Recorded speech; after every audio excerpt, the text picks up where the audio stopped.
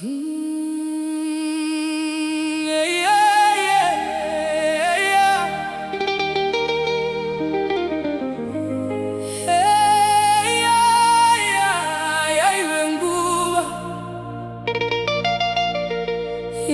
nguva yekuti tisangane.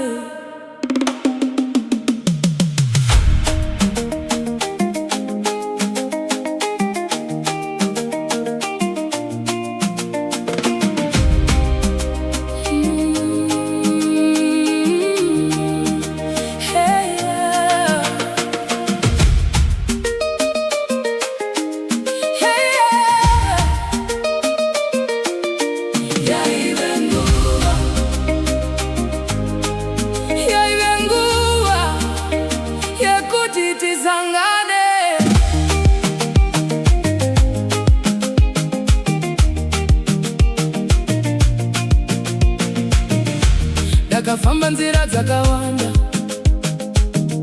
moyo wakatakura marwadzo, ndichitsvaga chiyadza mudima, asi ndaisaziva kuti uriko.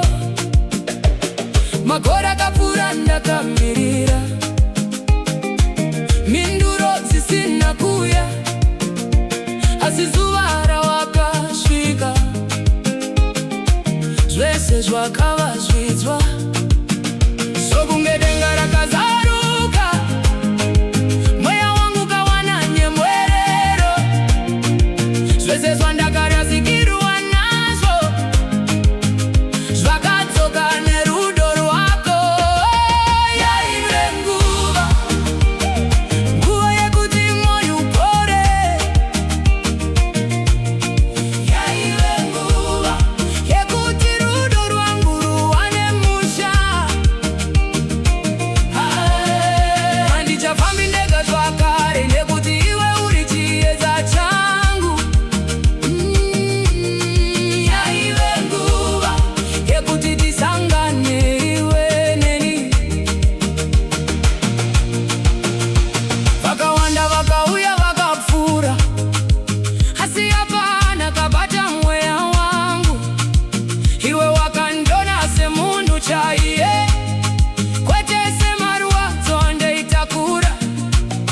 Kana uchiseka nyika inomira, kana uchitaura moyo unotamba. Rudo rwako rwakaita sekundiso, yaporesa upenyu hwangu. Kana iri hope, rega ndizamuke, kana iri rwiyo, garurambe ruchira. Nekuti pandiri newe, ndanzwa rugare rwandaisamboziva. Yaive nguva, nguva yekuti tifambe pamwe. Yaive nguva yekuti nyaya yedu itange. Kubva nhasi kusvika magumo, ndichava padivi pako.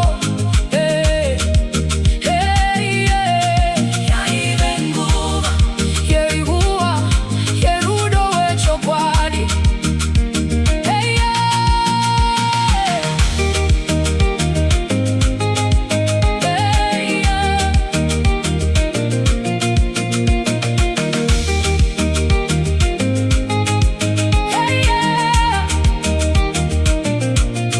Yaive nguva,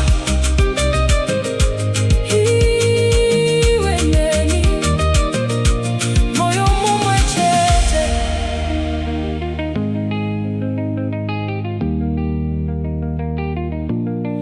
Yaive nguva,